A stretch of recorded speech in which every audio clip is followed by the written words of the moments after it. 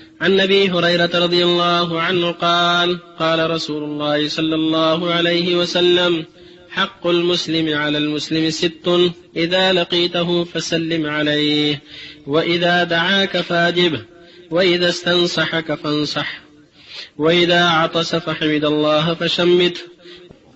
الحمد لله وصلى الله وسلم على رسول الله وعلى آله وأصحابه ومن اهتدى بهداه. أما بعد، هذا كتاب جامع لآداب كثيرة وأحاديث متعددة ومتنوعة. الحمد لله رب العالمين، والصلاة والسلام على أشرف الأنبياء وسيد المرسلين نبينا محمد وعلى آله وصحبه أجمعين. أما بعد، فسبحانك اللهم لا علم لنا إلا ما علمتنا إنك أنت العليم الحكيم. اللهم علمنا ما ينفعنا وانفعنا بما علمتنا وزدنا علما نافعا وعملا صالحا يا رب العالمين. یہ درس نمبر 49 ہے، اور یہ ابھی بھی جو باب ہے باب الغسل ہے، غسل کے متعلق غسل کا بیان اور اس کے احکام. حدیث پیش کر رہا ہوں.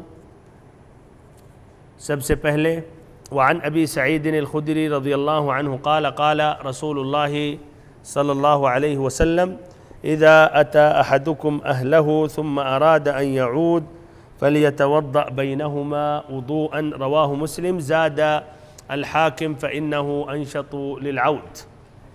حضرت ابو سعید خدری رضی اللہ عنہ سے روایت ہے کہ رسول اللہ صلی اللہ علیہ وسلم نے فرمایا: جب تم میں سے کوئی اپنے اہلیہ کے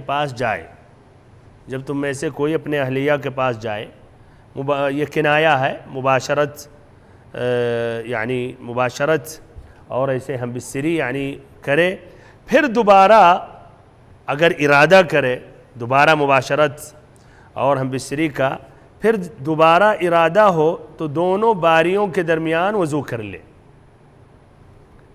تو یہ حدیث کا ترجمہ پھر سے ایک مرتبہ. ابو سعید خدری رضی اللہ عنہ سے روایت ہے کہ رسول اللہ صلی اللہ علیہ وسلم نے فرمایا: جب تم میں سے کوئی اپنی اہلیہ کے پاس جائے پھر دوبارہ ارادہ ہو تو دونوں باریوں کے درمیان وضو کر لے. یہ مسلم کی روایت ہے. زاد الحاکم، اور حاکم میں یہ اضافہ بھی ہے. دیکھیں بھائی، وہ قاعدہ ذکر کر رہا ہوں، علمی مجلس ہے اور یہ اچھی طرح سمجھیں. جب مسلم کی روایت آ گئی، پھر مسلم کے بعد اور کا ذکر آیا اور حاکم میں یہ اضافہ بھی ہے، تو غالباً اب اضافہ ہے، یعنی حدیث ایک ہی ہے. کون سی حدیث؟ وہی مسلم والی. جو کس کی حدیث ہے؟ کون سے صحابی ہیں؟ ابو سعید. تو حدیث وہ بھی روایت کر رہے ہیں حاکم، لیکن یہ لفظ حاکم میں ہے، مسلم میں نہیں ہے. کون سا لفظ؟ فَإِنَّهُ أَنشَطُ لِلْعَوْدِ. تو غالباً جو مسلم یا بخاری کے بعد اگر کوئی اور بھی ائمہ روایت کر رہے ہیں اور اس میں کچھ زیادہ الفاظ آ رہا ہے جو بخاری مسلم میں نہیں آ رہا ہے، تو یہ غالباً اس میں بھی ذرا گہری نظر سے اس کو دیکھا جاتا ہے، اور اس کو اہل علم اس پر یعنی حدیث کے جو مصطلح ہیں اس کی روشنی میں اس کو تولتے ہیں کہ آخر میں کیوں امام بخاری امام مسلم نے نہیں ذکر کیا جب حدیث ایک ہی ہے. تو غالباً امام بخاری امام مسلم نہیں ذکر کرتے، اس لیے اس میں کچھ کلام ہوتا ہے، کچھ اشکال ہوتا ہے. وہ جو علہ جس کو ذکر کرتے ہیں، شروط الصحیح میں سے 5 شرطیں ہیں، 5ویں شرط یا 4تھی شرط کہ اس میں کوئی علہ نہ ہو، معلول نہ ہو. تو یہ بھی سے بیان کر رہا ہوں، اور ابھی جب تخریج الحدیث کے ہو تو بات واضح ہوگی کہ جو میں کہہ رہا ہوں یہ بات اپنی جگہ صحیح ہے، اور اس کی مزید اس طرح وضاحت ہوگی. تو زاد الحاکم، اور حاکم میں یہ اضافہ بھی ہے فَإِنَّهُ أَنشَطُ لِلْعَوْدِ. یہ وضو دوبارہ مباشرت کے لیے زیادہ باعث نشاط ہے. یہ وضو دوبارہ مباشرت کے لیے زیادہ باعث نشاط ہے. اب حدیث کی تخریج ابن حجر رحمہ اللہ نے کہا اخرجہ مسلم، ہے کہ نہیں؟ تو یہ مسلم نے روایت کی ہے. دیکھیے یہ سند ہے، پیج نمبر 40، حدیث نمبر 308، کتاب الحیض، باب جواز نوم الجنب واستحباب الوضوء له وغسل الفرج اذا اراد ان يأكل او يشرب او ينام او يجامع. من طریق، یہ طریق ہے عاصم الاحول جو روایت کرتے ہیں ابو المتوکل سے، جو روایت کرتے ہیں ابو سعید الخدری رضی اللہ عنہ سے، جو نبی صلی اللہ علیہ وسلم سے روایت کرتے ہیں یہی الفاظ جو مسلم کا گزر گیا، اذا اتى احدكم اهله ثم اراد ان يعود فليتوضأ بينهما وضوءا۔ اچھا، الحاکم نے بھی روایت کی ہے، حاکم نے اپنی کتاب المستدرک میں روایت کی ہے، مجلد 1 پیج نمبر 252، یہی حدیث ابو سعید خدری رضی اللہ عنہ کی، اذا اتى احدكم اهله ثم اراد ان يعود فليتوضأ بينهما وضوءا فانه انشط للعود۔ تو یہ لفظ کا اضافہ ہے جو امام مسلم نے نہیں روایت کی ہے۔ ادھر جو روایت کرتے ہیں الحاکم، ان کا بھی اسناد عاصم سے ہے، اور عاصم سے پہلے وہ شعبہ سے روایت کرتے ہیں، اور شعبہ سے پہلے ایک راوی ہے مسلم ابن ابراہیم۔ تو الحاکم کا اسناد کس طرح ہے اگر وہ بھی بیان کر دیتے؟ نہیں غالباً ادھر ذکر نہیں ہے، وہی رہنے دے۔ تو امام مسلم کو تو بتا دیا طریق عاصم ہے، اور عاصم ابو المتوکل سے روایت کر رہے ہیں، ابو المتوکل ابو سعید خدری سے روایت کر رہے ہیں۔ الحاکم جو روایت کر رہے ہیں وہ کن سے روایت کر رہے ہیں؟ مسلم ابن ابراہیم سے، جو شعبہ سے روایت کر رہے ہیں، جو عاصم سے پھر وہی باقی اسناد۔ تو یہ مسلم ابن ابراہیم جو ہیں یہ متفرد ہیں، یہ اکیلے یہ روایت فَإِنَّهُ أَنشَطُ لِلْعَوْدِ بیان کرتے ہیں، جبکہ اوروں نے روایت کی شعبہ سے، انہوں نے یہ لفظ نہیں ذکر کیا۔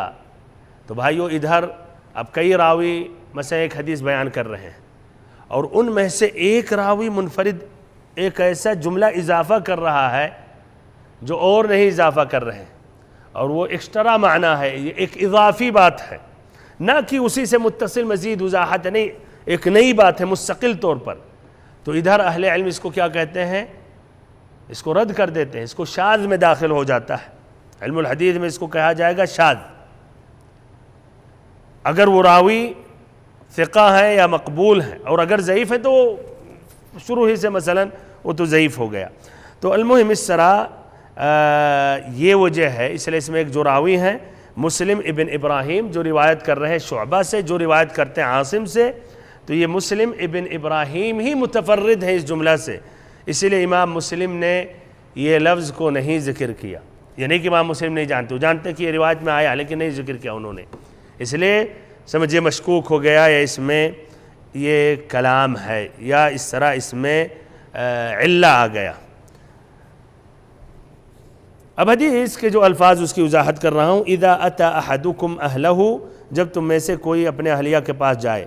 دیکھیں سبحان اللہ، قرآن میں بھی حدیث میں بھی یہ کنایت استعمال کیا جاتا ہے، تصریح نہیں۔ جہاں معنی مطلب واضح ہو جا رہا تو وہاں پھر ضرورت نہیں ہے کہ آدمی صریح لفظ استعمال کرے، یعنی ضرورت جب نہیں ہے تو حقیقت میں وہ ادب کے خلاف ہے۔ قرآن میں بھی اللہ تعالیٰ نے فرمایا او لامستم النساء، سبحان اللہ، کہ اگر عورتوں کو تم نے لمس کیا، چھوا، یعنی یہ کنایت ہے جماع اور ہم بستری کے لیے، سبحان اللہ۔ تو دیکھیں قرآن میں بھی او لامستم النساء، ادھر بھی حدیث میں اذا اتی احدکم اہلہ، اور بھی اس طرح مثالیں بے شمار موجود ہیں۔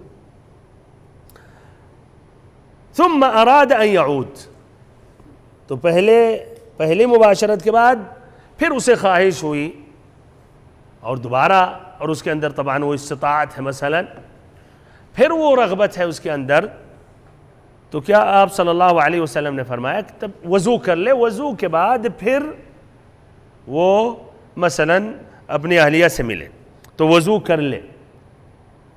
ثم اراد ان یعود، پھر دوبارہ مباشرت کے لیے واپس آنا چاہ رہا ہے تو وضو کر لے۔ غور کریں اس لفظ سے، فَلْيَتَوَضَّأْ بَيْنَهُمَا وُضُوءًا، فَلْيَتَوَضَّأْ بَيْنَهُمَا وُضُوءًا، وضوءًا یہ مصدر ہے، اور اس کا جو عامل ہے ادھر یتوضا ہے، اس کی کیا ہے؟ تأکید ہے۔ کیوں اس طرح فَلْيَتَوَضَّأْ بَيْنَهُمَا وُضُوءًا؟ کیوں نہیں کہا فَلْيَتَوَضَّأْ بَيْنَهُمَا بس؟ کیوں وضوءًا پھر ذکر کیا؟ تو دوبارہ وہ وضو کر لے اس طرح کہیے کہ تأکید ہے، 2 مرتبہ ذکر آیا وضو کرنے کا، تو اس لیے یہ تأکید ہے کہ ادھر مراد ہے شرعی وضو، تأکید ہے کہ شرعی جو وضو ہے، وضو جو معروف ہے ہاتھ دھلنا کلی، ناک، چہرہ دھلنا، ہاتھوں کو پھر دھلنا، پھر سر کا مسح، پیر، اس کی تأکید کے لیے تاکہ اعضائے اربعہ جو 4 حصے جو ہم دھلتے ہیں وضو میں اس کو دھل لے اچھی طرح۔ یہ کچھ اہل ظاہر نے یہی کہا کہ ادھر مراد ہے، ادھر مراد کیا ہے؟ یہ شرعی وضو، اور کچھ فقہا نے اور اکثر اہل علم نے کہا کہ نہیں، اس سے مراد ادھر وضو سے ہے صرف شرمگاہ کو دھلنا۔ اور سے سنیں، یعنی وضو سے ادھر کہتے ہیں وہ شرعی وضو، مکمل وضو نہیں مراد ہے، بلکہ وضو یہاں بھی گویا ایک طرح کنایت ہے، یعنی اس جگہ کو دھل لے جہاں یعنی نجاست لگ جاتی ہے، تو یہ مراد ہے۔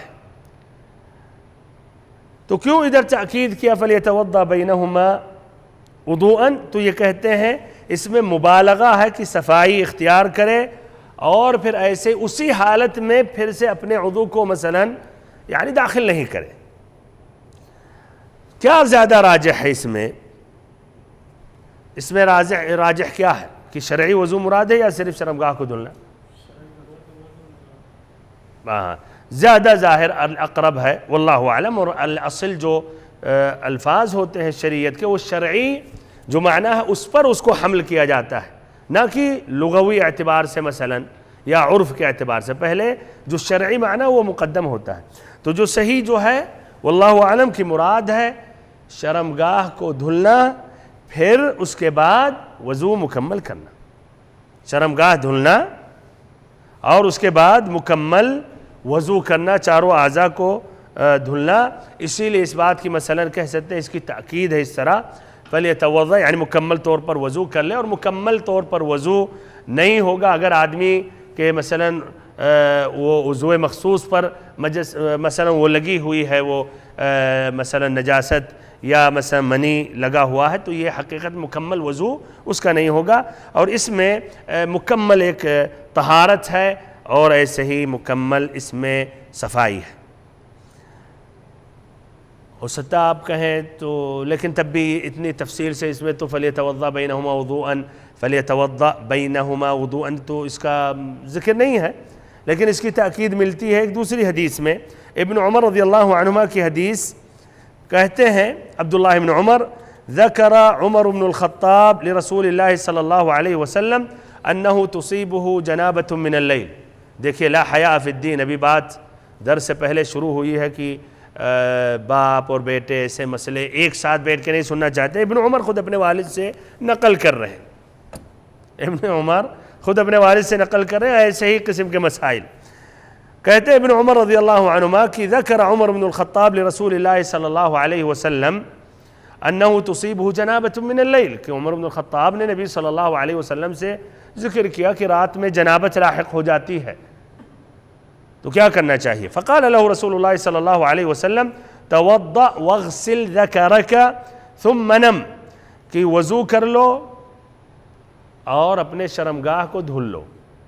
طبعا جب وضو کرنا ہے تو شرمگاہ دھلنا ہی پہلے ہے، ہاں توضأ واغسل ذکرک، واو جو عربی میں ہوتا ہے وہ ترتیب کے لیے نہیں ہوتا ہے، یعنی جب ہم کہیں جاء محمد و احمد، محمد اور احمد آئے، محمد کا جو میں نے پہلے ذکر کیا کوئی اس کا ضروری نہیں کہ پہلے وہ آیا پھر احمد آیا، نہیں، ممکن احمد پہلے آیا پھر محمد، مراد ہمارا کہ دونوں ساتھ میں آئے ہیں، کچھ آگے پیچھے ہوں گے ابھی ہم ساتھ میں آئے، ممکن ہے محمد پہلے داخل ہوا پھر احمد، یا احمد پہلے داخل ہوا پھر محمد۔ تو ادھر توضأ واغسل ذکرک، وضو کر لو اور اپنے شرمگاہ کو دھل لو، ثم نم، پھر اس کے بعد سو جاؤ، بمعنی تاخیر سے غسل کرو۔ تو اس طرح فَلْيَتَوَضَّأْ بَيْنَهُمَا وُضُوءً کا معنی واضح ہو گیا، شرمگاہ دھلنا اور مکمل شرعی وضو کرنا۔ فَإِنَّهُ أَنشَطُ لِلْعَوْدِ، یہ وضو دوبارہ مباشرت کے لیے زیادہ باعث نشاط، یعنی زیادہ تازگی بخش ہے، طبیعت میں تر و تازگی اور عمدگی پیدا کرتا ہے۔ اس سے کچھ اہل علم نے، ذرا کچھ موضوع سے ہٹ رہا ہوں، کافی کچھ آگے ہٹ رہا ہوں، میں کوشش کرتا ہوں حدیث سے جو جس کا تعلق باب سے اس سے زیادہ نہیں ہٹوں، لیکن ذکر آگے کچھ اہل علم نے استدلال کیا اس سے کہ جو لوگ استعمال کرتے ہیں مثلا دوائیاں باہ کو قوت دینے کے لیے یا اس کے لیے تو وہ جائز ہے. اگر استعمال کر رہے ہیں اس سے اور نقصان نہیں ہے جسمانی مثلا تو اس میں کوئی حرج نہیں. اس لیے اس میں آتا فإنه أنشط للعود. وضو کرنے سے اگر قوت میں اضافہ ہو رہا ہے تو ایسے اور کوئی چیز اگر وہ کھانا پینا جائز حرام نہیں, اس سے اگر قوت مل رہی ہے تو اس میں کوئی حرج نہیں ہے شرعی اعتبار سے. اچھا تو یہ فإنه أنشط للعود یہ جملہ ہے جملہ تعلیلیہ. العود سے مراد کیا ہے؟ فإنه أنشط للعود ہے. کچھ اور نہ اس کو پڑھ لیں جو کچھ اور معنی مطلب ہو جائے وہ میں ذکر نہیں کروں گا, لیکن جو سمجھ گئے تو کافی ہے. العود سے لیا گیا ہے, مراد ہے یہ عود عین پہ فتحہ ہے, ہاں بہت صحیح, اور واو پہ سکون ہے یعنی دوبارہ, یعنی اسی چیز کی طرف دوبارہ اگر لوٹ رہا ہے پلٹ رہا ہے یہ مراد ہے, دوبارہ آنا واپس ہونا. اور مراد ہے اپنے بیوی کی طرف دوبارہ آنا یعنی مباشرت کے لیے. تو اور اس میں حکمت بھی بیان کیا گیا کہ کیوں وضو کرنے کا حکم دیا نبی صلی اللہ علیہ وسلم نے. پہلی روایت میں تو نہیں آیا ہے, اس کا سبب نہیں بیان کیا گیا ہے کہ نہیں, آپ نے بس حکم دیا دونوں کے درمیان وضو کر لیا جائے, تو اس میں ذکر نہیں آیا. لیکن ہم عقلی طور پر اس کا اگر یہ نہیں ہوتا یہ لفظ تو ہم کہتے صفائی ستھرائی, اور حقیقت میں بھی حکمت ہے. لیکن اس میں مزید تاکید ہے دوسری بات کے لیے فإنه أنشط للعود کہ اس میں یعنی آدمی کا یعنی زیادہ باعث نشاط ہے, طبیعت میں تر و تازگی اور عمدگی پیدا کرتا ہے. تو یہ حکمت ادھر بیان کیا گیا. بمعنی شروع میں جو آدمی کمزور ہو گیا اور جسم اس سے جانتے ہیں سست پڑ جاتا ہے تو دوبارہ اس میں چستی پیدا ہو جاتی ہے. اب حدیث سے جو مستنبط فائدے ہیں وہ بیان کر رہا ہوں. تقریباً ایک اہم فائدہ ہے اور تفصیلاً دو بھی ذکر کر سکتے ہیں, تین بھی ذکر کر سکتے ہیں, جو میسر ہوگا وہ پیش کروں گا. تو پہلا فائدہ پہلا سبق یہ ہے, ہاں پہلا سبق جو ایک دم واضح ہو کیا ہے پہلا سبق اس حدیث سے, ہاں واضح جو حدیث کا خلاصہ ہے. ہاں بالکل صحیح, بالکل. اس حدیث سے بات واضح ہوئی کہ جس نے اپنے بیوی سے ملاقات کی اور ملاقات کرنے کے بعد پھر ارادہ اس نے کیا دوبارہ ملنے کے ملاقات کے لیے ہم بستری کے لیے, چاہے وہ خود پہلے ہی بیوی ہے یا مان لیں اس کے بعد ایک سے زیادہ بیوی دوسری بیوی کے پاس مثلا جا رہا ہے دوسرے کمرے میں دوسرے حجرے میں, تو چاہے پہلے ہی بیوی یا دوسری بیوی اگر ہو تو اسے وضو کر لینا چاہیے, وضو کر لینا چاہیے. اچھا تو یہ مشروع ہے. اب سوال یہ ہے کہ واجب ہے یا یہ مستحب ہے, یہ واجب ہے یا مستحب ہے؟ اچھا مستحب ہوگا.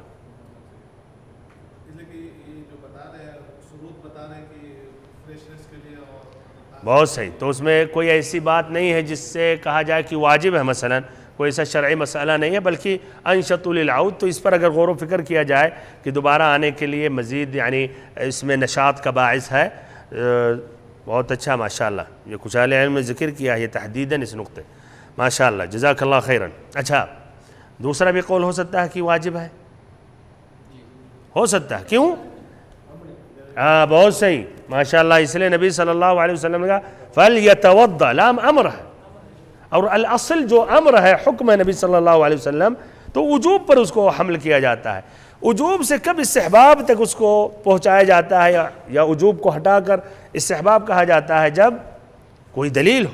اچھا تو بہرحال یہ اس طرح آپ خلاصہ سمجھ گئے, اب اس کی وضاحت کر رہا ہوں. تو یہ جاننے کے بعد کہ پہلی جمع کرنے کے بعد دوبارہ اگر آدمی بیوی سے ملنا چاہ رہا ہے تو اسے یہ مشروع ہے کہ وضو کر لے. اب یہ واجب ہے یا مستحب ہے یا جائز ہے, تو اس میں دو قول ہیں. پہلا قول یہ ہے کہ واجب ہے, واضح, اور اس کی دلیل یہی ہے, اور یہ قاعدہ کلی ہے, جو بھی کہیں گے وجوب غالباً وہ حدیث میں حکم ہے اس لیے کہتے ہیں واجب ہے, ان کی یہی دلیل ہے. کوئی بھی حدیث لے لے خلاص واجب ہے اگر حکم ہے اس لیے. تو کہتے واجب ہے. ان کی دلیل یہ ہے کہ نبی صلی اللہ علیہ وسلم کا یہ حکم آیا ہے اور الاصل وجوب پر اس کو حمل کیا جاتا ہے. اور یہ کچھ اہل ظاہر نے کہا ہے، کچھ ظاہریہ نے جو حدیث کے ظاہری الفاظ پر دھیان دیتے ہیں فقہی اعتبار سے اس کی تفصیلات میں کہ اس میں فَإِنَّهُ أَنشَطُ لِلْعَوْدِ ہے، اور یہ سب خلاص ظاہری الفاظ پر دیکھ کے فوراً مسئلہ ان کا تیار ہو جاتا، حاضر ہو جا، واجب ہے خلاص. یہ ان کا یہ قول ہے. دوسرا قول ہے کہ مستحب ہے، اور یہ جمہور اہل علم کا ہے، یعنی اہل ظاہر کے علاوہ. اور ایسے ابن حجر نے ایک اور عالم کا نام ذکر کیا، ابن حبیب المالکی، کہتے ہیں واجب ہے. ان کے علاوہ تقریباً تمام اہل علم، اکثر اہل علم ان کے علاوہ کہتے ہیں کیا مستحب ہے. اگرچہ یہ کہتے ہیں حکم ہے لیکن وہ وجوب تک نہیں پہنچ رہا ہے. اچھا کیا دلیل ہے ان کی؟ ان کی دلیلیں یہ ہے، نمبر ایک، اور بھی واضح دلیلیں ہیں اسی لیے اس کا جواب دے دیتے ہیں. وہ ایک دلیل عائشہ رضی اللہ عنہا کی ہے، کان نبی صلی اللہ علیہ وسلم یجامع ثم یعود ولا یتوضا، کہ نبی صلی اللہ علیہ وسلم جماع کرتے تھے پھر دوبارہ واپس ہوتے تھے، پھر یعنی اپنی بیویوں سے یا کچھ اپنی بیویوں سے ملتے تھے اور وضو نہیں کرتے تھے. بہرحال یہ حدیث لیکن الطحاوی نے روایت کی ہے شرح معانی الآثار میں. ابن حجر نے ذکر کیا فتح الباری میں، لیکن ابن حجر نے پھر اس حدیث کے بارے میں نہیں کہا صحیح ہے یا ضعیف ہے، انہوں نے خاموشی اختیار کر لی. تو اس طرح یہ دیکھنا مستقل طور پر دیکھا جائے گا یہ حدیث صحیح ہے یا نہیں. غالباً انہوں نے خاموشی اختیار کر لی، تو یہ محلے اب یہ یعنی کہیے تحقیق کی ضرورت ہے. اچھا دوسری دلیل ان کی یہ ہے، انس رضی اللہ عنہ کی حدیث. انس رضی اللہ عنہ کی حدیث، وہ حدیث کیا ہے جس کی روایت امام بخاری اور امام مسلم نے کی ہے؟ وہ ہے کان النبی صلی اللہ علیہ وسلم يدور على نسائه في الساعة الواحدة من الليل والنهار وهن 11، کہ نبی صلی اللہ علیہ وسلم کبھی کبھی ایک ہی وقت میں دن یا رات میں اپنے تمام بیویوں سے ان کی زیارت کر کے ان سے ملتے تھے، اور ان کی تعداد کتنی تھی؟ 11 بیویاں، اور روایتوں میں 9. اللہ اکبر. دیکھیں اللہ تعالیٰ نے قوت یعنی اس طرح عطا کی تھی. اسی لیے راوی نے پوچھا، قتادہ نے کہا قلت لانس او کان یطیقہ، کیا نبی صلی اللہ علیہ وسلم اس کی استطاعت رکھتے تھے؟ لا شک انسانی عام انسان کی اس سے ناممکن ہے. قال كنا نتحدث انه اعطي قوة 30، کہ ہم لوگ آپس میں بات کرتے تھے کہ اللہ تعالیٰ نے 30 مردوں کی قوت نبی صلی اللہ علیہ وسلم کو عطا کی ہے. وقال سعید عن قتادہ ان انس حدثهم 9 نسوة، اور ایک روایت میں سعید کہتے ہیں قتادہ نے کہا کہ انس رضی اللہ عنہ نے کہا 9 بیویوں سے ملتے تھے، یعنی ایک میں آتا 11، ایک میں آتا ہے 9. اس میں بھائیو کہاں ہے کہ وضو کا ذکر یا نہیں؟ کہاں سے استدلال کیا جا رہا کہ وضو نہیں کرنا مستحب ہے، واجب نہیں ہے؟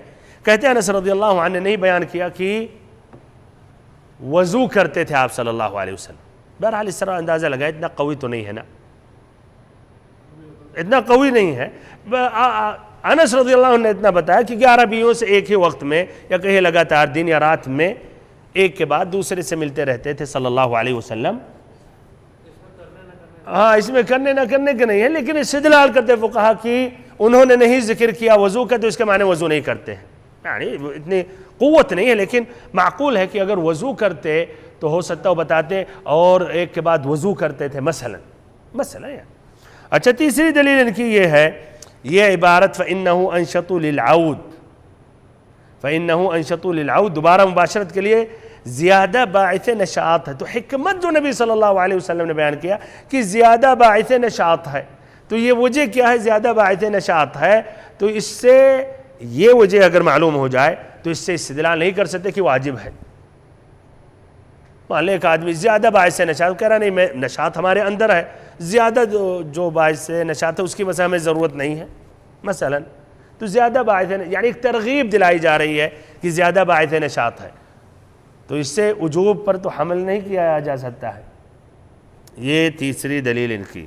اچھا اب یہ دونوں اقوال ذکر کرنے کے بعد صحیح کیا ہے کہ واجب ہے یا مستحب ہے؟ زیادہ مستحب ہے. جمہور اہل علم دلیل ان کے لا شک زیادہ اقرب الی الصحیح. اور اس کا جواب یہ دیں گے فلیتوضأ بینہما وضوءً کی اور حدیثوں سے، ان حدیثوں کی روشنی میں اس کو استحباب پر اس کو لیا جائے گا، نہ کہ وجوب پر حمل کیا جائے گا.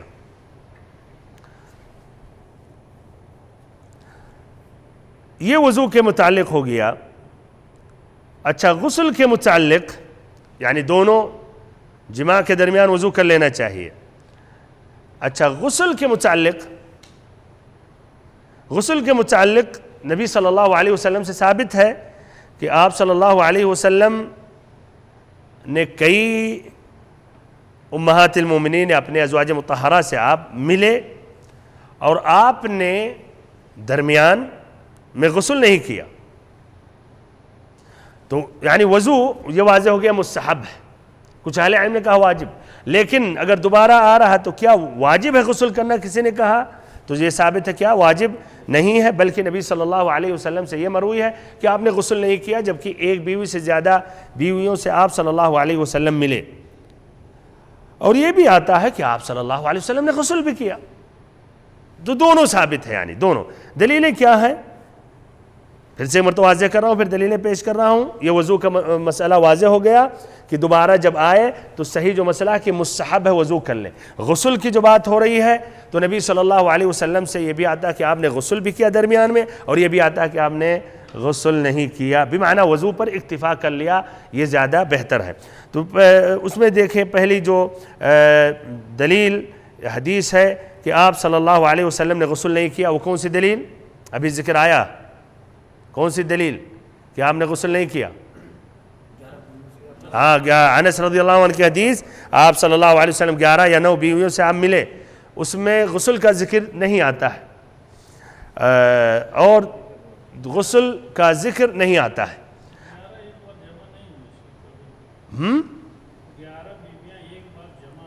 اسے دوسری روایت میں ہے 9 آیا ہے، 9 آیا، تو یہ اگر یہ ہے تو یہ 9 آیا. اچھا، تو دوسری جو روایت ہے یا دوسری دلیل کہ غسل بھی آپ نے کیا درمیان میں، تو ابو رافع رضی اللہ عنہ سے مروی ہے، نبی صلی اللہ علیہ وسلم کے جو مولا ہے آزاد کردہ غلام، ان نبی صلی اللہ علیہ وسلم طاف ذات يوم على نساء يغتسل عند هذه وعند هذه قال فقلت له يا رسول الله ألا تجعله غسلا واحدا قال هذا أزكى وأطيب وأطهر. اس میں بھی دلیل مل رہی ہے کہ واجب نہیں ہے اور دونوں جائز ہیں، اور ساتھ ساتھ یہ بھی کہ آپ صلی اللہ علیہ وسلم نے غسل کیا. ترجمہ یہ ہے، ابو رافع رضی اللہ عنہ کہتے ہیں نبی صلی اللہ علیہ وسلم ایک دن آپ نے تمام ازواج مطہرہ کی زیارت آپ نے کی اور سب کے پاس آپ غسل کرتے رہے. ان کے پاس بھی آپ نے غسل کیا، دوسرے کے پاس بھی کیا. تو اس پر کہتے ہیں کہ ہم نے کہا اے اللہ کے رسول صلی اللہ علیہ وسلم الا تجعل غسلا واحدا، کیوں نہ آپ اس کو ایک ہی مرتبہ ایک ہی ساتھ کیوں نہیں غسل کر لیتے؟ تو آپ صلی اللہ علیہ وسلم نے کہا ھذا ازکا واطیب واطہر، یہ زیادہ بہتر ہے، پاک ہے، زیادہ اس میں یعنی صفائی ہے. تو المہم یہ کہ یہ دوسرا مسئلہ ہے یا پہلے مسئلے سے یہ متصل ہے کہ غسل کے متعلق ایک جماع کے بعد دوسرے جماع اس درمیان غسل کرنا کیا ہے؟ دونوں مروی ہے نبی صلی اللہ علیہ وسلم سے، تو یہ جائز ہے غسل کرنا یا نہیں کرنا. لیکن اگر غسل نہیں کر رہا تو وضو کرنا یہ کیا ہے؟ یہ مستحب ہے، اور کچھ اہل علم نے کہا واجب ہے. آج کے درس نمبر 49 میں دوسری حدیث پیش کر رہا ہوں. اس کا بھی تقریباً مسئلہ سابقہ مسئلے سے متصل ہے.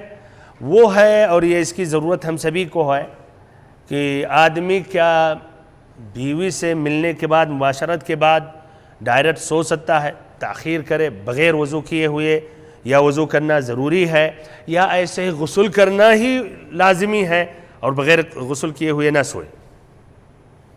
ہم سبھی کو جو اقرب ہے نبی صلی اللہ علیہ وسلم کی سنت سے، اس پر عمل کرنے کی کوشش کرنی چاہیے. یہی فرق ہے بھائیو، وہ طالب علم جو نبی صلی اللہ علیہ وسلم کی حدیثوں پر علم حاصل کرتا ہے اور عمل کرتا ہے، اور ایک آدمی جو علم سے دور ہے تو مثلا کیف متفق وہ کر رہا ہے. کیف متفق جو کر رہا اگر سنت کے مطابق بھی کر رہا اور اسے نہیں معلوم ہے کہ سنت ہے تو ثواب نہیں ملے گا. جو کیف متفق کر رہا ہے صحیح بھی کر رہا ہے، لیکن تھوڑی اسے احساس ہے کہ سنت ہے، بلکہ اس نے اپنی ترتیب ہی ایسے دے دی ہے، کہہ رہا ہماری طبیعت مثلا ایسا گوارا نہیں کرتی، ایسے ہی گوارا کرتی ہے، تو ثواب نہیں ملے گا وہ۔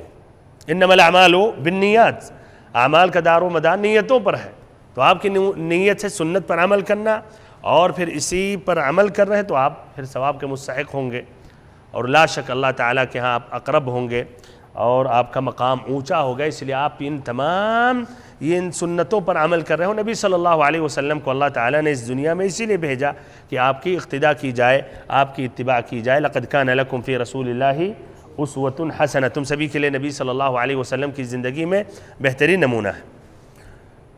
حدیث پیش کر رہا ہوں، وللأربعۃ عن عائشة رضی اللہ عنہا قالت كان رسول اللہ صلی اللہ علیہ وسلم ينام وهو جنب من غیر ان يمس ماء وهو معلول۔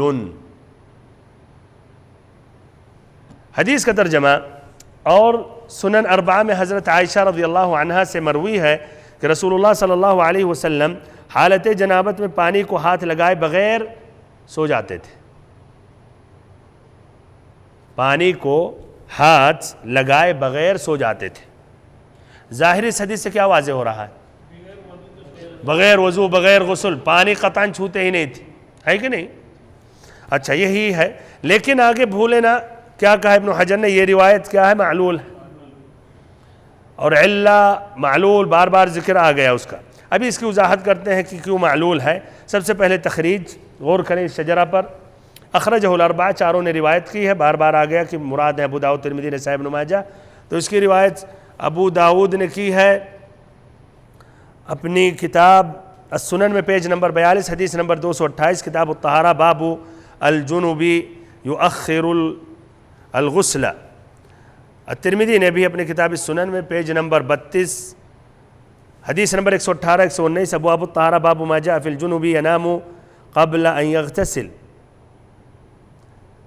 النسائی نے الکبریٰ میں روایت کیا، صغریٰ میں نہیں، جو المجتبہ ہے، جو کتب ستہ میں ہے، اس کتاب میں نہیں ہے النسائی، وہ ایک دوسری کتاب، بڑی کتاب ہے النسائی، اس کا الکبریٰ، اور ایک الصغریٰ ہے۔ کتب ستہ میں جو شمار کیا جاتا ہے صغریٰ، اس کا دوسرا نام ہے المجتبہ، تو المجتبہ میں نہیں ہے، الکبریٰ میں ہے، مجلد 8، پیج نمبر 212، حدیث نمبر 9003، 9004، 9005۔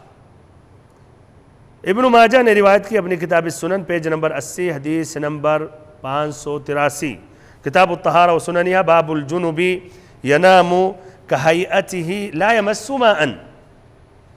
یہ چاروں حضرات اس سے روایت کرتے ہیں، اس اسناد سے۔ ابو اسحاق جو روایت کرتے ہیں الاسود سے، جو روایت کرتے ہیں عائشہ رضی اللہ عنہا سے، پھر نبی صلی اللہ علیہ وسلم نے فرمایا، یہ حدیث یا نبی صلی اللہ علیہ وسلم سے نقل کرتے ہیں عائشہ رضی اللہ عنہا، ینام وہو جنوب من غیر ان یمس ماء، کہ نبی صلی اللہ علیہ وسلم حالت جنابت میں پانی کو ہاتھ لگائے بغیر سو جاتے تھے۔ یہ لفظ ترمذی کا ہے، اور باقی کے الفاظ اس الفاظ کے قریب ہیں۔ اچھا، ادھر مسلم نے بھی اسی حدیث کو روایت کی ہے۔ آگے جانے سے پہلے اگر مسلم نے روایت کی ہے تو ادھر ابن حجر رحمہ اللہ نے مسلم کی روایت کیوں نہیں بیان کی؟ ہاں، کون جواب دے سکتا ہے؟ آگے جانے سے پہلے مسلم کی روایت، ابھی میں کہہ رہا ہوں یہی دیکھیں اسناد ایک ہے، آپ دیکھ لیں اوپر دیکھیں، عائشہ سے الاسود، اور الاسود سے ادھر ابراہیم ہو گئے، ادھر ابو اسحاق، تو الاسود عن عائشہ، حدیث ایک ہی ہے، الاسود عن عائشہ رضی اللہ عنہ۔ چلیے، تو کیوں مسلم کی روایت نہیں بیان کیے ابن حجر رحمہ اللہ؟ نہیں تو عائشہ سے تھوڑی، ابو سعید خدری رضی اللہ عنہ دوسری حدیث ہے مستقل، اور وہ ہے کہ ایک مباشرت کے بعد دوسری مباشرت سے پہلے وضو کر لے۔ اس میں نہیں ہے کہ سونے کے بارے میں کہ بغیر وضو سو جائے، موضوع الگ ہے۔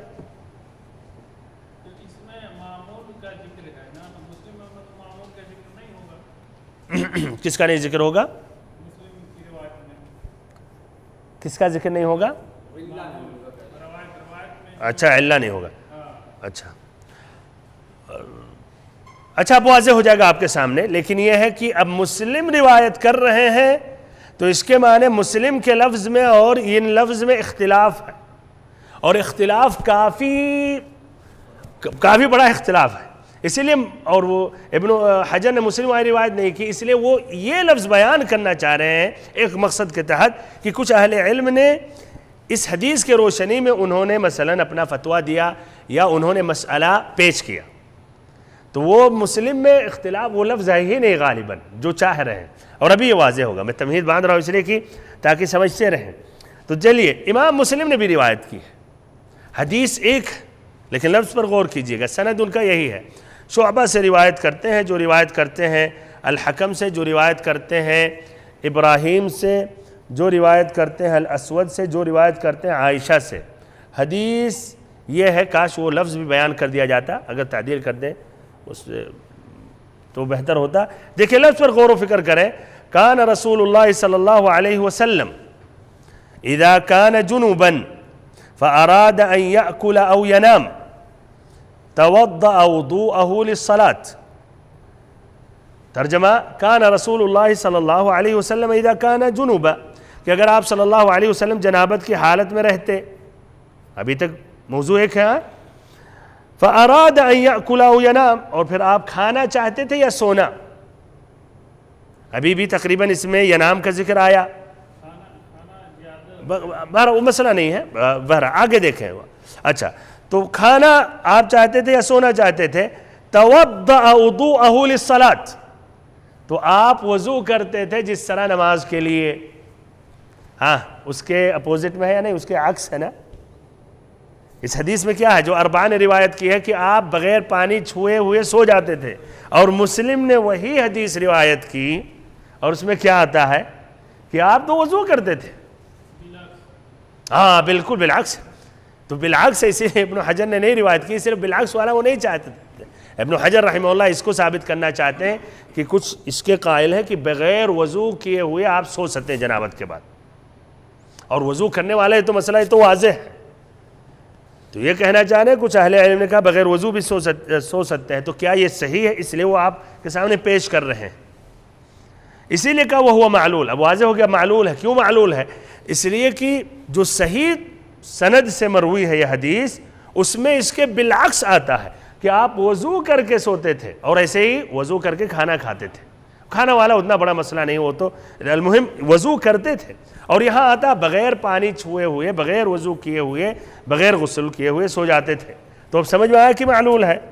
تو اس طرح اس حدیث میں کلام ہے، اور حدیث ایک ہے، اسی لیے اب دیکھیں حفاظ، دیکھیں اس میں حدیث کا علم میں بھی اس کے اندر بہت گہرائیاں ہیں بھائی، اسی لیے حفاظ نے محدثین نے کیا کہا اس حدیث کے بارے میں کہ یہ حدیث ابو اسحاق السبیعی جو ہیں، اس میں جو راوی ہیں ابو اسحاق السبیعی، اس میں ان سے غلطی ہوئی ہے، یعنی شعبہ کے نیچے جو ہیں ابو اسحاق السبیعی، ان سے یہ غلطی ہوئی ہے، یعنی حدیث کا مفہوم صحیح بیان نہیں کیے ہیں، پلٹ دیے ہیں معنی۔ اصل حدیث ہے جو مسلم میں ہے کہ وضو، یہ ابو اسحاق جو ہے نہیں، عفواً میں ادھر چلا گیا، ابو اسحاق ادھر جو ہے نا، ابو اسحاق جو اسود سے روایت کر رہے ہیں یہ، تو یہ ابو اسحاق سے غلطی ہو گئی ہے، حدیث کا معنی یہ سمجھ نہیں سکے یا اختصار کیا تو غلط پلٹ ہی دیے معنی۔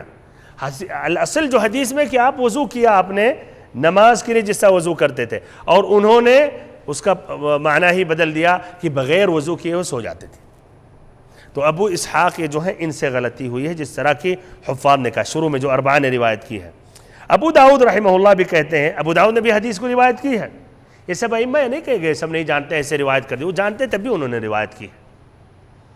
تو ابو داؤد کہتے ہیں سمعت یزید بن ہارون یقول هذا الحدیث وهم، میں نے سنا یزید بن ہارون سے حدیث روایت کر کے بعد، ابو داؤد جنہوں نے یہ روایت کی ہے وہ خود کہتے ہیں میں نے یزید بن ہارون سے سنا، کہتے ہیں یہ حدیث میں وہم ہے، غلطی ہو گئی ہے، بھول چوک ہو گئی ہے راوی سے، جو ہیں ابو اسحاق ہیں۔ الترمذی بھی کہتے ہیں حدیث کی روایت کرنے کے بعد، کیا کہتے ہیں یرون ان هذا غلط من ابی اسحاق، کہ حفاظ محدثین کہتے ہیں کہ یہ حدیث میں غلطی ہوئی ہے ابو اسحاق سے۔ ایسے ابن عبد الہادی نے روایت کی امام احمد سے کہتے ہیں امام احمد هذا الحديث ليس صحيحا، یہ حدیث صحیح نہیں ہے. سمجھ میں آ رہی بات؟ دیکھیں کتنے حفاظ پیچھے پڑ گئے اس حدیث کے. اور کیوں یہ وہم ہے؟ اس لیے کہ صحیح جو روایت ہے کہ آپ وضو کر کے سوتے تھے. اچھا، کچھ اہل علم نے کہا کہ یہ حدیث بالاجماع ضعیف ہے، یہ والی حدیث، لیکن بالاجماع کہنا صحیح نہیں ہے. اس لیے ایک امام ہے البیہقی رحمہ اللہ کہتے نہیں حدیث صحیح ہے، تو انہوں نے مخالفت کر دی ہے کہ نہیں، تو اس کو اجماع نہیں کہہ سکتے. وہ کہتے نہیں ابو اسحاق نے سنی ہے اور یہ حدیث صحیح ہے. بہرحال تو حدیث صحیح ہے کہیں گے حدیث ضعیف ہے، ضعیف ہے، بڑے بڑے ائمہ نے کہا نہیں، تو اجماع لیکن نہیں کہا جائے گا کہ حدیث بالاجماع ضعیف ہے.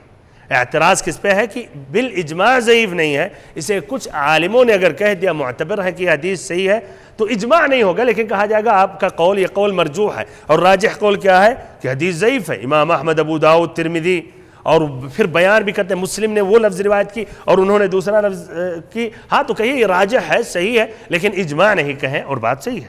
تو المہم الحدیث یہ ضعیف ہے جو چاروں نے روایت کی ہے، لیکن بالاجماع ضعیف نہیں، اس لیے کہ البیہقی نے اس حدیث کو صحیح قرار دیا، اور انہوں نے کہا نہیں ابو اسحاق نے الاسود سے یہ روایت سنی ہے. اس کے اندر اور بھی تفصیل ہے، لیکن میں آگے بڑھ رہا ہوں. خلاصہ کلام یہ ہے تخریج کے متعلق کہ یہ لفظ کہ نبی صلی اللہ علیہ وسلم بغیر وضو کیے ہوئے سو جاتے تھے، یہ حدیث ضعیف ہے. اب اگر یہ حدیث ضعیف ہے تو آئندہ پھر جان جائے فقہی مسئلے میں جو بیان کیا جائے گا، جو کہہ رہے ہیں کہ بغیر وضو صحیح ہے سونا، تو یہ الگ مسئلہ ہے، جائز ہے، مکروہ ہے، جو ہے، لیکن حدیث میں نہیں ہے. اور جو حدیث روایت کرتے ہیں، سہارا لیتے ہیں، وہ حدیث ضعیف ہے. اسی لیے اب الاقرب کیا ہے؟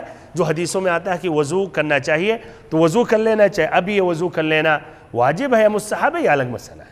اچھا، تو یہ بات واضح ہو گئی.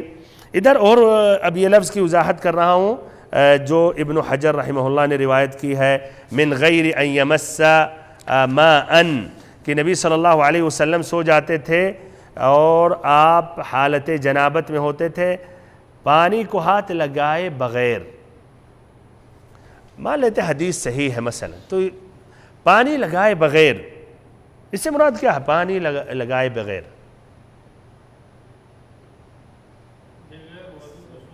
بغیر وضو اور بدرجہ اولا بغیر غسل کیے ہوئے. ظاہر تو یہی ہوتا ہے، بالکل پانی قطع نہیں چھوتے تھے، یعنی نہ استعمال ہی نہیں کرتے تھے، نہ وضو کرتے تھے، نہ غسل ہی کرتے تھے. کچھ اہل علم نے یعنی اس حدیث میں اور حدیثوں میں جمع کرنے کی کوشش کی، تو انہوں نے کہا کہ نہیں، مراد ہے من غیر ان یمس ماء، بغیر یعنی پانی کو ہاتھ لگائے ہوئے، یعنی غسل کا پانی، یعنی غسل کیے ہوئے، لیکن وضو کرتے تھے. بہرحال یہ مزید تفصیل ہے، اس کی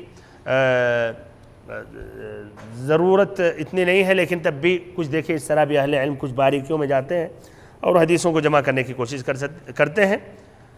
اچھا، آگے بڑھتا ہوں میں. اب حدیث سے جو مستنبط فائدے ہیں وہ بیان کر رہا ہوں. اس حدیث کی روشنی میں، طبعاً حدیث میں کلام ہے، معلول ہے، اور کہیے یہ عبارت ضعیف ہے، یہ غلط ہے، لیکن اس حدیث کی روشنی میں کیا واضح ہوتا ہے کہ جائز ہے کہ جنوبی آدمی، ایسے جنوبی عورت بغیر وضو کیے ہوئے وہ سو جائیں اور تاخیر سے مثلا فجر کے وقت غسل کریں، تو یہ جائز ہے اس حدیث کی روشنی میں. لیکن واضح ہوا کہ یہ حدیث ضعیف ہے، معلول ہے، اسی لیے تب صحیح مسئلہ کیا ہے کہ جنوبی آدمی یا عورت سونے سے پہلے ان کو کم سے کم کیا؟ وضو کر لینا چاہیے. اور یہ وضو ثابت ہے حدیثوں میں، قولی حدیث سے بھی، فعلی بھی حدیث سے. تو قولی حدیث عمر رضی اللہ عنہ کی حدیث، ابن عمر رضی اللہ عنہ کی حدیث، جو بھی میں نے ذکر کیا کہ ان کے والد عمر رضی اللہ عنہ نے نبی صلی اللہ علیہ وسلم سے سوال کیا، انام احدنا وهو جنوب، کیا ہم میں سے کوئی بغیر غسل کیے ہوئے جنابت کے بعد سو سکتا ہے؟ تو آپ نے کہا نعم اذا توضأ، ہاں اگر وہ وضو کر لے. تو یہ قولی حدیث ہے، اور فعلی حدیث کون سی حدیث ہے؟ ہاں فعلی حدیث، ہاں فعلی حدیث مسلم کی روایت، وہ یہی حدیث عائشہ کی جو مسلم نے روایت کی ہے کہ آپ کھانا نہیں کھاتے تھے اور ایسے سوتے نہیں تھے جب تک نہ آپ وضو کر لیں، وضوء الصلاة اذا كان جنبا فاراد ان يأكل او ينام توضأ وضوءه للصلاة۔ امام مسلم کی یہ حدیث ہے، حدیث نمبر 305 کہ آپ صلی اللہ علیہ وسلم جب جنابت کی حالت میں رہتے تھے، پھر آپ کھانا چاہتے تھے یا سونا چاہتے تھے تو آپ وضو کر لیتے تھے جس طرح نماز کے لیے وضو کرتے تھے۔ اچھا اب یہ پہلا مسئلہ واضح ہو گیا، پہلا مسئلہ کہ حدیث ضعیف ہے، اس طرح سونے سے پہلے وضو کرنا مشروع ہے، ثابت ہے حدیثوں سے یا نہیں؟ ثابت ہے، حدیث یا حدیث قولی بھی ہے عمر رضی اللہ عنہ کی، اور فعلی بھی حدیث عائشہ رضی اللہ عنہا کا۔ اب دوسرا مسئلہ یہ ہے، اسی سے متصل ہے یا کہیے اسی مسئلے میں، اب یہ وضو کرنا سونے سے پہلے واجب ہے مستحب ہے؟ چلیے حدیث میں آگے یہ بات آتی ہے، دیکھیے یہ بھی اختصار بیان کر دیتا ہوں۔ الاصل بھائیو اہل علم طلاب علم، حدیث میں جب آگے بات تو اس پر سمعنا و اطعنا عمل کرنا شروع کر دینا چاہیے، واجب ہو مستحب ہو اتنا بڑا مسئلہ نہیں۔ الحمدللہ نبی صلی اللہ علیہ وسلم سے ثابت، آپ وضو کر کے سوتے تھے تو ہم بھی وضو کر کے ہمیں سونا چاہیے، اور عموماً بھی آتا ہے بالکل سونے کے آداب میں سے کہ آدمی باوضو چھوڑے جنابت عموماً وضو کر کے سونا، اس سے بھی مزید مل رہا ہے تقویت اس بات کی۔ لیکن سوال یہ ہوتا ہے کبھی کبھی اس کی ضرورت پڑتی ہے بھائیو، کب ضرورت پڑتی ہے؟ آدمی کبھی مثلا تھکا ہوا ہے، یا پانی کی قلت ہے، یا گاؤں میں باہر اب جائے گا آدھی رات میں نل چلانا ہے سب کے بیچ مثلا، المہم تو ادھر یہ فائدہ ہو جاتا ہے بہت سے لوگوں کے لیے۔ اس میں ایک طرح فقہا نے آسانی دے دی، آسانی یہ ہے کہ جب اگر یہ واجب ہے تو اللہ کے لیے آپ پھر بچیں، نہیں واجب ہے تو آپ گناہ میں اپنے آپ کو واقع نہ کریں، اس لیے آپ نہیں کریں گے تو گنہگار ہوں گے، تو گناہ سے تو بچیں، یہ سب سے خطرناک ہے، گناہ سے بچنا چاہیے۔ اور اگر نہیں یہ مستحب ہے تو چلیے الحمدللہ شریعت نے آسانی دی ہے تو کبھی کبھی ہم آسانی کو ہم لے لیتے ہیں، گنہگار نہیں ہوں گے لیکن ہم نے خلاف اولا کیا۔ اچھا تو یہ فائدہ اس میں سمجھیے ہوتا۔ تو اب یہ واجب ہے یا مستحب ہے؟ مستحب ہے۔ کیوں مستحب ہے؟ قولی حدیث ہے، فعلی بھی حدیث ہے، بلکہ اور روایتوں میں ہے نعم لیتوضأ ثم لینم حتی یغتسل اذا شاء، یعنی وضو کر لے پھر سو جائے، پھر جب اس کی مرضی ہو غسل کر لے، یعنی نماز سے پہلے طبعا لا شک نماز ٹائم سے پڑھنا چاہیے، اس میں کوئی دو رائے نہیں۔ اور مسئلہ ہم لوگ یہاں تو یہ وضو کرنا نہ کر کے سونے کی بات ہو رہی ہے، بہت سے لوگ تو پوری نماز ہی غائب کر دیتے ہیں فجر کی، خاص جب بیوی سے ملتے ہیں، اور اچھے بھی اللہ المستعان اچھے بھی بھائیوں، اس میں جب بات آگے تو ذکر کر رہا ہوں، یعنی طلب علم کی بات ہو رہی، وہ بھی اس میں اس کے بندوبست نہیں کرتے۔ ایسے ایک کہیے کہ ایک داعی ہے، بلکہ ایک اچھا ادارہ چلاتے بھی ہیں، ان سے بھی بہت پہلے سے بات ہو گئی تھی، تو اس پر وہی کہنے لگے کہ اب ایک گھر میں رہتے ہیں مثلاً اپنے ملک میں گاؤں میں، اب وہ سب کے بیچ میں اٹھنا اور یہ کرنا، بہرحال بھائیو کیا رائے ہے؟ یہ عذر صحیح ہے، اللہ تعالیٰ احق و یستحی منہ، آپ کو لوگوں سے جو شرمانے اس سے زیادہ اللہ سے شرمانی چاہیے کہ آپ جنابت کی حالت میں سو رہے ہیں، اس کا بندوبست کرنا چاہیے، اور کوئی حرج نہیں، کیا مشکل ہے؟ جانے اور نہ جانے دے۔ صحابہ کرام نبی صلی اللہ علیہ وسلم کا نقل کرے، ابو رافع رضی اللہ عنہ کہہ رہے نبی صلی اللہ علیہ وسلم سے جب پوری ازواج مطہرہ سے آپ ملے، اس کے معنی انہیں اتنا تو پتہ ہے ایک ہی مرتبہ اگر آپ غسل کر لیتے اللہ کے نبی، تو آپ نے کہا نہیں کہ ذاک ازکا و اطہر و، کہ یہ زیادہ بہتر و افضل ہے، نبی صلی اللہ علیہ وسلم سے زیادہ آپ حیا والے نہیں ہو سکتے۔ اور وہ الگ مسئلہ، پانی آسانی، اور اس وقت بہت پریشانی تھی، بالکل، تو آسانی ہے، اور تو اس کے لیے لا شک آدمی کو یہ تساہل نہیں کرنا چاہیے، حقیقت میں بہت ہی معیوب ہے۔ بہت سے طلبہ علم، اہل علم، دعات بھی جب جاتے ہیں اپنے ملکوں میں گاؤں میں، فجر کی نماز تو خلاص ان کے شیڈول میں رہتا ہی نہیں ہے، فجر کی نماز خلاص 4 وقت کی نماز بس رہتی ہے۔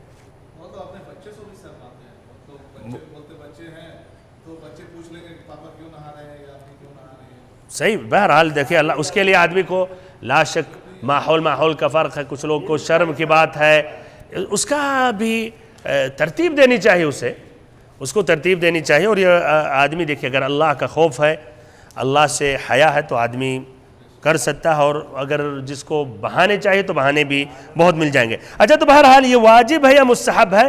تو اس میں دو قول ہیں. پہلا قول اہل الظاہر الظاہریہ نے کہا کہ واجب ہے, اور ان کی دلیل یہ حدیثیں, اس میں ابن عمر رضی اللہ عنہما کی بھی جو حدیث آتی ہے, تو آپ صلی اللہ علیہ وسلم نے ایک روایت میں نعم لیتوضا کہ وہ وضو کر لے, تو کہتے ہیں واجب ہے جنوبی آدمی پر کہ وضو کر لے سونے سے پہلے. اور یہی امام مالک سے بھی منقول ہے, اور ان کے اس کلام سے یہی واضح ہوتا ہے کہ وہ بھی اس کے قائل ہیں کہ واجب ہے. کیوں؟ اس لیے حدیث میں امر کا صیغہ, یہی غالباً قاعدہ بھائی, جب بھی آتا ہے فقہا کہتے ہیں واجب ہے تو اس کے پیچھے وہی حدیث میں امر کا لفظ آتا ہے. یا ایسے شرط بھی آتا ہے نا, جب عمر رضی اللہ عنہ نے پوچھا کہ کیا ہم سو سکتے ہیں جنابت کی حالت میں, تو آپ نے کہا نعم اذا توضا, ہاں اگر وہ وضو کر لے. تو آپ اس شرط کے ساتھ آپ نے کہا جائز ہے کہ اگر وضو کر لے, تو کہتے ہیں واجب ہے. دوسرا قول کہ مستحب ہے, وضو کرنا مستحب ہے. یہ جمہور اہل علم کا ایک قول ہے. ان کی دلیل کیا ہے؟ دلیل تو یہ عائشہ رضی اللہ عنہ کی حدیث ہے, لیکن وہ حدیث تو معلول ہے, حدیث تو معلول ہے, لیکن دلیل یہ ہے ان کی یہ بھی کہ یہ وجوب تک اس کو حمل نہیں کیا جا سکتا ہے. یعنی بہتر کی بات ہے, افضل کی بات ہے, اور واجب جو اس پر ہے وہ غسل واجب ہے, اور وضو واجب ہوتا ہے اس کے لیے. مثلا اگر اسے نماز پڑھنا ہے, اور یا مثلا قرآن پڑھنا ہے, طواف کرنا ہے, اور وہاں یہ نہیں کر رہا, بلکہ اگر وہ وضو کر بھی لے تو اس وضو سے نماز نہیں پڑھ سکتا ہے, وہ تو حدث اکبر کی تخفیف کے لیے. تو کہتے ہیں اس سے یعنی حقیقت میں وہ حدث مکمل ہٹ نہیں رہا ہے, تو یہ واجب یہ اس کو نہیں کہا جا سکتا ہے. کچھ اہل علم نے یہ بھی کہا کہ یہ جائز ہے بغیر کراہا, اگر سوئے بغیر وضو کیے ہوئے. بہرحال خلاصہ کلام کہ بہتر اور افضل اور صحیح جو قول ہے کہ یہ مستحب ہے, بلکہ کہہ سکتے سنت مؤکدہ ہے. نبی صلی اللہ علیہ وسلم کی قولی اور فعلی سنت سے ثابت ہے. واجب نہیں کہہ سکتے ہیں, لیکن سنت مؤکدہ کہہ سکتے ہیں. اس طرح طلاب علم کو خاصتاً جو نبی صلی اللہ علیہ وسلم کی سنتوں پر عمل کرنے کی کوشش کرتے ہیں انہیں وضو کر لینا چاہیے. اور جہاں تک رہی بات غسل کی, تو غسل کی تاخیر کر سکتے ہیں یہاں تک کہ آدمی جب نیند سے بیدار ہو جائے. اور اس کی دلیل کیا ہے؟ عبداللہ ابن ابی قیس رضی اللہ عنہ کی حدیث کہتے ہیں سألت عائشہ رضی اللہ عنہا عن وتری رسول اللہ صلی اللہ علیہ وسلم فذکر الحدیث, کہ انہوں نے نبی صلی اللہ علیہ وسلم کی وتر کی نماز کے بارے میں سوال کیا, تو نبی صلی اللہ علیہ وسلم کے متعلق عائشہ رضی اللہ عنہا نے بتایا. پھر کہتے ہیں عبداللہ ابن ابی قیس کیف کان یصنع فی الجنابہ اکان یغتسل قبل ان ینام ام کان ینام قبل ان یغتسل, کہ نبی صلی اللہ علیہ وسلم جنابت کے متعلق آپ کیا کرتے تھے؟ کیا آپ سونے سے پہلے غسل کرتے تھے یا سونے سے پہلے غسل کرتے تھے, یا سونے کے بعد آپ غسل کرتے تھے؟ غسل کر کے سوتے تھے یا پھر سو جاتے تھے؟ یہ غسل کے متعلق سوال ہو رہا ہے. یا سو جاتے تھے اس کے بعد پھر جب اٹھتے تھے تو غسل کرتے تھے؟ تو اس پر عائشہ رضی اللہ عنہا نے کہا کل ذالک قد کان یفعل, کہ آپ صلی اللہ علیہ وسلم یہ پورا کبھی ایسا کرتے تھے کبھی وہ ایسا کرتے تھے. ربما اغتسل فنام, کبھی کبھی آپ غسل کر کے پھر سو جاتے تھے. وربما توضأ فنام, ادھر بھی وضو کا ذکر آیا, اور کبھی کبھی آپ وضو کر کے پھر سو جاتے تھے, یعنی بعد میں غسل کرتے تھے, اس لیے وضو سے کام نہیں ہوگا. قلت الحمدللہ الذی جعل فی الامر سعۃ, کہ اللہ کا شکر ہے کہ اس مسئلے میں اللہ نے آسانی دی ہے, اور اس میں کئی اختیارات ہیں, صرف ایک ہی چیز لازمی نہیں ہے. یہ مسلم کی روایت حدیث نمبر 307. اس طرح یہ دو حدیثیں مکمل ہو گئیں. میں چاہ رہا تھا اگر ٹائم ہے تو ایک اور حدیث پیش کرتا, لیکن وہ حدیث بہت ہی لمبی ہے جس میں صفت الغسل ہے. عائشہ رضی اللہ عنہ کی حدیث اور میمونہ رضی اللہ عنہ کی حدیث, جس میں طریقہ ہے مسنون طریقہ غسل جنابت کا, یہ بھی ضروری ہے تاکہ ہم اس سنت کے مطابق ہم غسل کرتے رہیں انشاءاللہ۔ آئندہ ملاقات میں، آئندہ درس میں، درس نمبر 50 میں اللہ تعالیٰ سے اخیر میں دعا کرتا ہوں کہ اللہ تعالیٰ ہم سبھی کو علم نافع عطا کرے اور ہم سبھی کو نبی اکرم صلی اللہ علیہ وسلم کی سنت پڑھنے کی توفیق دے، سننے کی توفیق دے، سمجھنے کی توفیق دے، اور آپ صلی اللہ علیہ وسلم کی سنت کی روشنی میں زندگی گزارنے کی توفیق دے اور ہر عبادت ادا کرنے کی توفیق دے۔ آمین یا رب العالمین۔ وصلی اللہ وسلم وبارک علی عبدک ورسولک محمد۔